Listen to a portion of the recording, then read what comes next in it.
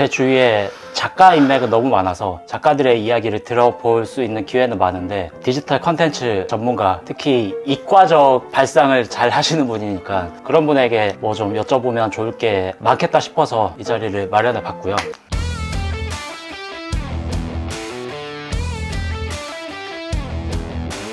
사실 컨텐츠 프리랜서들이잖아요, 작가들이. 예전에 많은 경험이 있으셔서 수많은 프리랜서들을 봐오셨을 텐데 분야를 막론하고 좀 오래 살아남는 프리랜서들의 공통점 같은 거를 발견한 적 있으신가요? 그 일을 좋아하는 사람이 가장 오래 하는 거예요. 아, 네.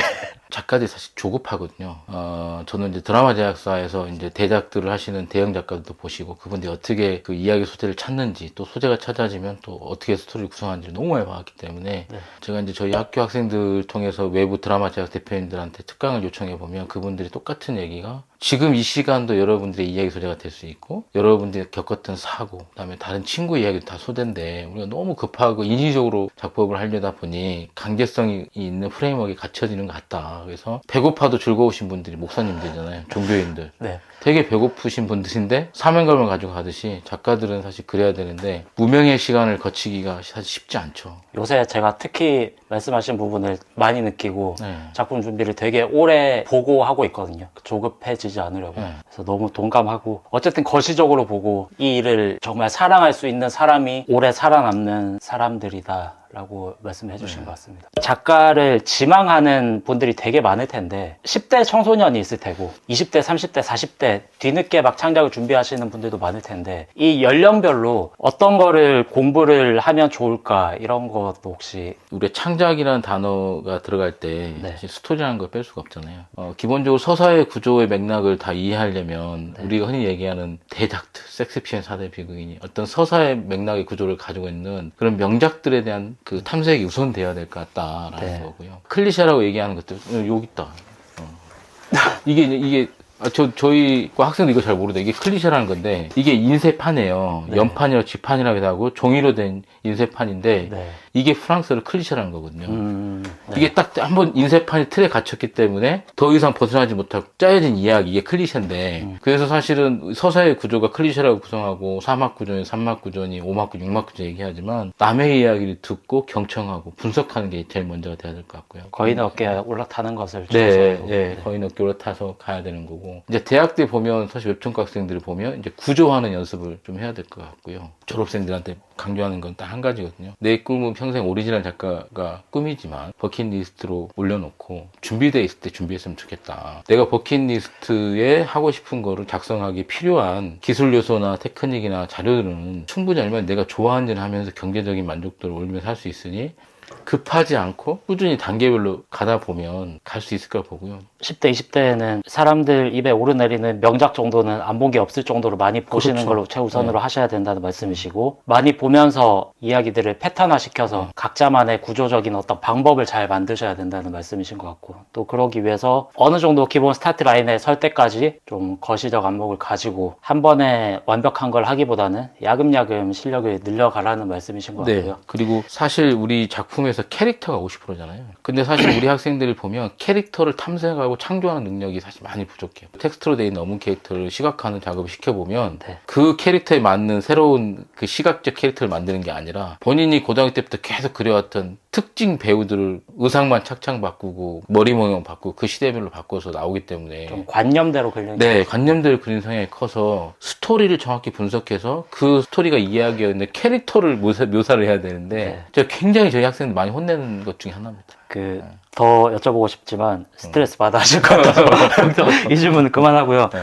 되게 오랜 기간 동안 문화 콘텐츠 진짜 다양한 곳에서 일을 해오셨잖아요. 네. 분야를 막론하고 가장 기억에 남았던 작가 한 명을 혹시 꼽아보자면 어떤 분이 기억나시나요? 스카이캐슬 작가님이죠. 그분이 이제 저 있었던 드라마 제작사에 한 10년 전에 계약을 했는데 그분도 이제 그 회사하고 마지막 계약이었는데 여러 가지 이야기 아이템을 매번 작품 기획서를 냅니다. 이제 기획회를 하는데 스카이캐슬의 경우에는 사실은 청담동에 특화된 이야기인데 그 사실 그 저희 드라마 제작사 대표 아들 이야기입니다. 사실은. 그 이야기가. 그런 이야기 소재를 사실 유현미 작가님이 던졌는데 그게 이제 사실 학원물이 된 거고 스릴러물이 된 건데 또 하나는 이제 건법남녀라는 그 작가인데 그분이 신인 작가세요. 부군께서 국가수 사실 저기세요. 직원이세요. 네. 그 부검이셔서 그런 디테일한 시인의 묘사라든지 사건 사사의 구조라든지 그분들의 이야기를 잘 보면 다 주위에 취재원들이 있었고 자기 경험을 기반으로 작법 구조를 이해한 분들이 갔기 때문에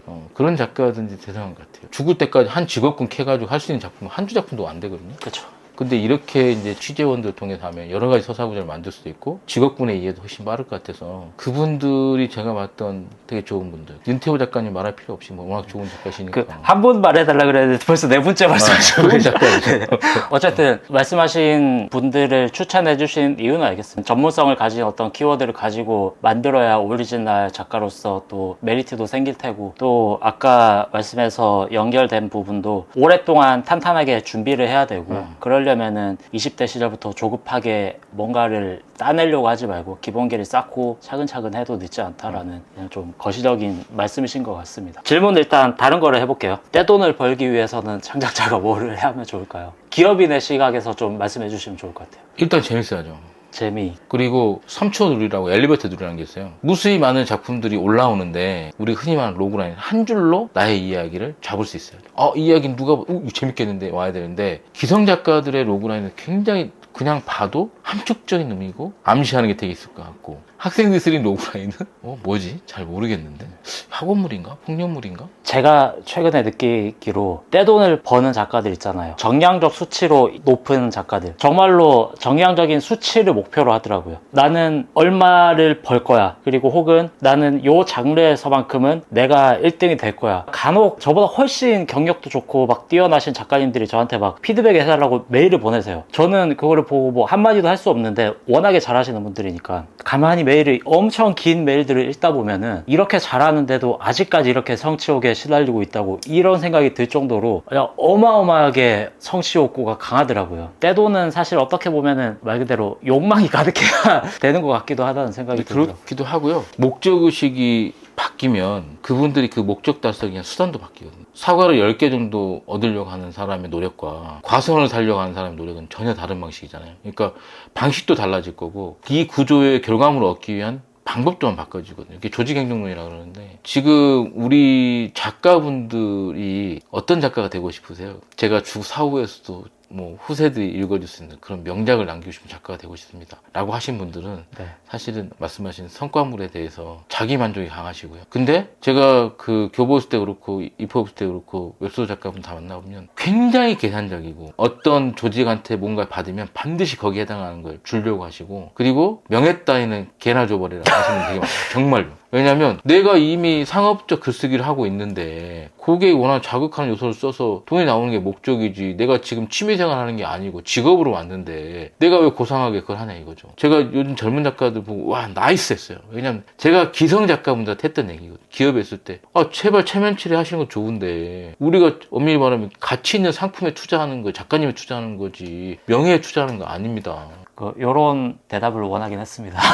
작가들이 쉽게 할 수 없는 이야기들. 목적을 숫자로 명확하게 잡고 거기 달성하기 위해 필요한 것들도 수치화시켜서 노력을 하라라는 말씀이신가요? 그러니까 참고로 예를 들어 이런 요즘 작가님들은요 계약하러 오지 않습니까? 그러면 요구사항이 분명합니다. 예를 들어서 만약에 제가 이 스튜디오 계약을 하는데 기다리면 무료 못 받으시면 계약 해지하겠습니다 이렇게 나와요. 창작하는 상품에 대해서도 최선을 다하지만 나를 서포트하고 나를 지지하는 후견인들이 과연 그만한 역량이 있는지도 보고 있는 거고요. 물론 너무 저희가 보기에 수준은 아직 그만큼 안 되는 과하게 하시는 분들이 있는데 뭐 과하게 요구해서 설령 내가 3개를 얻을 망정 10개에게 3개를 얻을 망정 할 수 있는 거 해봐야죠. 그 대신 자기 창작물에 대해서는 자기가 담보할 수 있어야죠. 근데 요즘 작가님들은 확실하게 예전의 작가님과 많이 다릅니다. 좋은 말로 하면 목적의식과 성취율이 굉장히 강하신 거고요. 안 좋게 얘기하면 굉장히 계산적이십니다. 향후 한 5년 정도 뒤에는 지금 AI 이슈도 있고 여러 가지 변수들이 많잖아요. 이 웹툰 시장이 어떻게 변해 있을지 아주 개인적인 사견을 한번 말씀해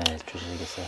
어려운 문제죠. 작가님들 되게 불안해하고 저희 학생들도 1학년 교양 과목이 인공지능에서 캐릭터 만들 수업했다가 네. 애들한테 엄청 공격당하고 그랬는데 욕 먹으실까봐 두려운 거 아시겠는데. 근데 네. 어쨌든 작가님들 걱정하시기에 저작권의 문제는 걱정 안 될 것 같다. 어쨌든 미국 저작권청도 그렇고 대한민국의 모든 저작권법은 인간이 사상과 감정을 창작물에 대해서만 저작권 인정하고 있고 인공지능을 이용하더라도 인공지능이 인위적으로 만드는 저작물에 대해 저작권 인정하지 않고 있고 사람이 개입한 부분에 대해서만 일부 인정하고 있는 거기 때문에 물론 나중에는 가장 큰 문제가 이게 사람이 개발했는지 인공지능이 개발을 했는지 구분하지 못할 정도 수준까지 학습이 될 거라 보는데 그렇다고 하더라도 새로운 기술을 받아들이는 데 두 가지가 있는 것 같아요. 기성 작가들은 새로운 기술이 나오면 그걸 새로운 기술 습득하는 고통이 따를 거고 그걸로 고통이 따르더라도 나한테 얻는 사용 가치가 있을 텐데 지금 기성 작가님들은 훨씬 후자 쪽이 강하시잖아요. 몸이 갈려나가니까. 몸이 갈려나가고 견딜 수가 없고 장기적으로 많은 작품을 하고 싶어도 스토리만 가지고 할 수 있는 게 아니기 때문에 인위적인 인간이 개입된 창작 부분을 자기의 캐릭터나 자기의 이야기가 해체되지 않는 이상 자기가 머릿속에 갖고 있는 걸 가장 완벽하게 기술적으로 이용할 수 있다면 가장 좋아하실 거고요. 그리고 그렇게 만들어진 저작물이 당연히 저작권자 보호를 받은 가장 이상적인 모델일 텐데 문제는 그렇게 기성 작가님처럼 스토리도 별로 없고 아직 작화에 대한 것도 아직 완성되지 않은 상태 자기 스타일이 없는 상태에서 애매모호한 인공지능 학습이라든지 어떤 작화에 학습 도구를 썼는지도 모르는 상태에 인공지능과 개인 창작 부분이 섞여서 이 저작물이 내 그림도 아니고 남의 그림도 아니고 이 이야기가 내 것도 아닌 남의 것도 아닌 이런 상태면 굉장히 불안할 수밖에 없고요. 무섭죠. 네, 무섭죠. 내 직업이 없어지는 거니까. 이게 너무 어려운 문제인 것 같아요. 네. 그렇죠? 네. 말씀을 하시면서도 명확한 해답을 말씀해 주시기 어려울 거라고 생각을 하고 우리가 대처해야 되는 것들은 앞으로 어떻게 변해갈지 몰라서 그때그때 유연하게 대처를 해 나가면 될 것 같고요. 제가 정말 궁금한 것은 교수님이 정말로 5년 뒤에 웹툰 시장이 어떻게 되어 있을지 혹시 생각해 보신 게 있으신가? 지금 네. 우리나라 웹툰 시장이 사실 불황이죠. 작년까지만 해도 기조가 가능성 있는 작가는 무조건 계약을 본다가 스튜디오 형태였는데 올해는 계약돼 있는 작가들도 작품 활동하지 못하거나 창작물이 나오지 않습니까? 계약금 회수하는 상황이 벌어지고 있거든요. 그 이유는 간단하거든요. 투자금이 돌지 않기 때문에 그렇거든요. 시장은 주어진 재원 내에서 상품을 만들기 때문에 1,000원을 가지고 웹툰을 만든 거하고 10,000원을 가지고 만드는 웹툰은 퀄리티가 달라질 수밖에 없거든요. 근데 올해 당장 플랫폼도 2개 회사가 지금 문을 닫고 그럼 결국엔 시장의 파이는 줄을 수밖에 없고 우리 작가들은 배고플 수밖에 없는 거죠. 그래서 결국엔 제가 보기 5년 뒤에 두 가지 경우인데 하나는 BL, GL 여러 가지 로판 이런 향들이 시장을 주도하고 글로벌 시장까지 넣어서 이 시장이 큰 것처럼 주력 장르가 새롭게 나와야 된다라는 걸 생각하고요. 두 번째로는 주력 장르가 나와도 사실은 한계가 있거든요. 과연 네이버가 18금을 하는 게 매출에 도움이 될까? 물론 도움이 되겠죠. 일부 최소한 1,000억대 이상 5,500 정도 하는 시장이 6,500에 갈 수 있겠으나 그게 전체 시장을 모은 의미가 있을까? 19금 시장은 기존의 성인 프리미엄 시장으로 가서 플랫폼이 유지가 됐고 어쨌든 카카오나 네이버가 15금 청소년들 대상화하는 그 장르들을 개척하고 그 시장이 메이저로 되면서 이 시장이 폭발적으로 큰 거거든요. 플랫폼 중에 그런 긍정적인 시그널을 주는 새로운 장르의 시장이 만들어지지 않으면 이 시장은 되게 불안할 거라 보여지고 있고요. 네이버가 19금일 가져오든 그거는 어쨌든 전체 파일을 나눠 먹는 것밖에 안 되니까. 그렇죠. 네. 말씀하신 거는 새로운 장르가 될 수도 있고 아니면 새로운 기술이 될 수도 있겠군요. 그렇죠? 아니면 새로운 미디어일 수도 있겠죠. 이게 우리나라 파이 크기로는 사실 어쩔 수 없이 한계가 있을 수밖에 네. 없고 그렇죠? AI 기술이 되게 부정적인 영향도 있지만 긍정적으로 보자면은 자동 번역이나 이런 기능들이 들어가서 뭔가 수출하는 형태가 아니라 유튜브처럼 아예 전 세계를 대상으로 한 플랫폼에 웹툰이 서비스 되는 게 그나마 기술을 잘 활용한 미래이지 않을까라는 생각도 들고요. 그리고 뭐 사실 국내 시장은 이제 거의 포화 상태라 보여지는데 아직까지 저희가 큰 시장이 미국 시장이 아직 뚫리지 않았다는 거하고 일본 시장에서 우리나라 웹툰이 차지하는 매출이 5% 정도밖에 안 된답니다. 그러니까 여전히 성장 가능성가 큰 시장이기도 하고 우리 IP가 팔릴 수 있는 여지가 많은 시장이긴 한데 또 정서적으로 일본이란 문화에 정서적인 차이가 있기 때문에 한국 거를 갖다가 무조건 번역하고 세계화한다고 되는 게 아니고 그 정서에 맞는 현지화하는 작업들이 좀 필요할 것 같고요. 그래서 오히려 일본 웹툰 시장이 이제 커지면 커질수록 국내 스튜디오 창작 시스템도 더 잘 될 거라 봐요. 왜냐하면 일본보다 우리나라가 거의 3분의 1 정도밖에 비용이 안 나오고 어쨌든 우리가 웹툰의 연출 기법이라든지 종주국이기 때문에 거의 일본 시장의 파이도 우리나라 시장의 2배 이상 될 거니까 그거에 대한 점유율을 올리는 거, 그다음에 미국 시장에 뚫리는 거, 유럽이 약간 패턴이 늦긴 하지만 결국은 세계화 진출밖에 없는 상황인 거죠. 세계화를 할 때 장르가 다양해져야 되고 좀 더 전문적이어야 되고 하는 방향도 있지만 오히려 역방향으로 유튜브처럼 더 개인적이고 더 한국적이고 이런 컨텐츠들이 더 뜰 수도 있지 않을까요? 오히려 한국적인 게 전 세계적일 수 있다고 얘기한 K컬처라는 단어를 붙이고 있는데 그건 결국은 독특함인 거죠. 그리고 지금은 그 시장도 먹힐 수 있다고 봐요. 왜 그러냐면 K-팝이든지 K-드라마든지 한국의 기본적인 사극부터 한국의 전체적인 정서들이 있기 때문에 오히려 한국적인 일상생활들이 오히려 글로벌 시장에 먹힐 수도 있다라는 건데 그 나라에 이미 가지고 있는 스토리들 있잖아요. 그 나라들이 가지고 있는 지역적 특성을 기반하는 정서들이 우선시 돼서 내가 글로벌을 지향하더라도 그 로컬에 있는 대표성을 지닌 것들이 하다 보면 정서적으로도 맞는 경우에서 나타날 거다 보여지고. 예를 들어 일본의 심야 식당이라든지 네, 그런 그렇죠. 느낌인 거죠. 네. 그리고 누구나 공감할 수 있는데요. 우리가 뭐 DP라는 대표적인 케이스가 DP는 한국적인 징병제도 특징을 가지고 있는데 우리나라 베스트가 됐지만 해외에서는 사실 군 징집 시스템을 가지고 나서 이해할 수 없는 문화 차이니까 네. 그런 것들이 있을 수 있죠. 좋은 말씀 너무 해주셔서 사실 뭐 구독자분들보다는 제가 더 공부가 된 것 같아서 항상 감사드리고요. 마지막으로 항상 개인 홍보 타임을 드리거든요. 홍보해 주실 게 혹시 있으신가요? 아, 많죠. 저희 입시철인데요. 오늘부터 사실 수시 접수가 시작됐는데 이제 많은 이제 저희 학교 평이 좋아져, 저희 과도 그렇고 좋아져서 영상대 잘한다라고 얘기하지만 부모님들 입장에서는 저희가 전문대라는 핸디캡이 있어요. 4년제 있는데 왜 전문대를 가야 돼?라고 말씀을 하셔서 여기 어차피 제가 출연료도 안 주실 거니까 홍보를 하면 저희 학교는 3년제 과정, 전문학사 과정이 있고요. 3년제를 수료하게 되면 4학년 심화 과정이 있습니다. 그래서 전문학사를 졸업하고 프로작가로 데뷔한 친구들이 4학년 심화 과정 와서 작품을 마무리하는 경우도 있고요. 학사를 따는 거군요. 네, 학사를 따는 거죠. 그리고 저희가 내년부터는 대학원에 웹툰 과정이 신설됩니다. 석사 과정이. 전문 학사로 프로작가를 데뷔하고 다시 4학년 심화를 해보고 대학원까지 갈 수 있는 구조는 저희 학교가 유일하다. 졸업하기 전에 프로작가를 데뷔한다든지 3학년을 졸업하고 4학년 와서 이제 기업에 취업을 한다든지 그래서 졸업이 이력이 되는 학과라고 저희는 얘기를 하고 있고요. 그리고 진짜 홍보를 하시는군요. 그래야죠. 그리고 저희는 슬로건에 빡셉니다. 아, 정말 힘들어요. 입학생 중에 네. 10명 정도는 4년제를 다니시다가 오신 분들이 많아요. 부모님 말씀 4년제를 꼭 가고 싶다 갔는데 막상 가서 보니 애니메이션을 가르친다든지 자기가 생각했던 게 달라서 저희는 웹툰만 생각합니다. 다른 거 생각 안 합니다. 웹툰과인 줄 알았는데 순수 미술 가르치고 막 이런 학교도 네. 많긴 하죠. 저희는 처음부터 미대가 잘 안 돼서 그 교수님들이 와서 웹툰 다른다는 웹툰을 만든 게 아니고 오롯이 저희는 처음부터 웹소설과도 그랬고 웹툰과도 그렇고 웹툰만을 고민하신 분들이 구성이 되어 있고요. 저희를 믿고 좀 맡겨주시면 네. 아, 열심히 부모님들한테 하겠다. 하는. 네. 이건 보니까 학생들 의견보다 네. 부모님들이 거기 안 돼 하니까 학생들은 부모님들 의견을 거스를 수가 없어서 네. 못 오는 경우가 있어서 제가 이 학교 교수라서 하는 이야기는 아니고요. 이 학교에서 이거는 진짜 좋았다라고 하는 포인트가 뭐냐면은 2023년도 졸업 전시회 보고 깜짝 놀랐거든요. 네네네. 졸업생들, 재학생들 전부 다 거기에서 플랫폼 PD들, 에이전시 PD들이 와서 직접 졸업 전시회 보고 또 학생들과 미팅하고 연락처 따가고 이랬잖아요.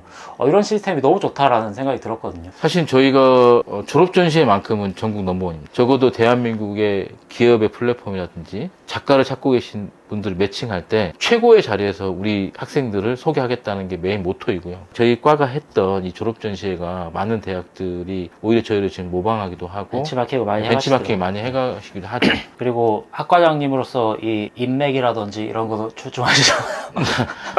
인맥은 그러니까 좋은 자원이면 뭐 서로 인맥이 없어도 네. 서로 데려가려고 하시니까 굳이 그런 거 필요 없을 것 같은데 다만 인맥이 필요할 때는 애매모호한 친구들 때문에 인맥이 필요하죠. 모든 학생들이 다 출중할 수는 없으니까 아직 학습이 덜 됐다든지 아니면 작가 실력이 아직까지는 프로로 데뷔할 만큼이 아닌 친구들을 더 많은 기업들한테 소개해서 그분들이 프로 작가나 프로 전문 직업인으로 갈 수 있는 기회를 제공할 수 있는 인맥들이었으면 좋겠다. 라는 거고 제가 기업에 있을 때는 그냥 야야하던 친구들인데 학교에 오니까 입장이 바뀌더라고요.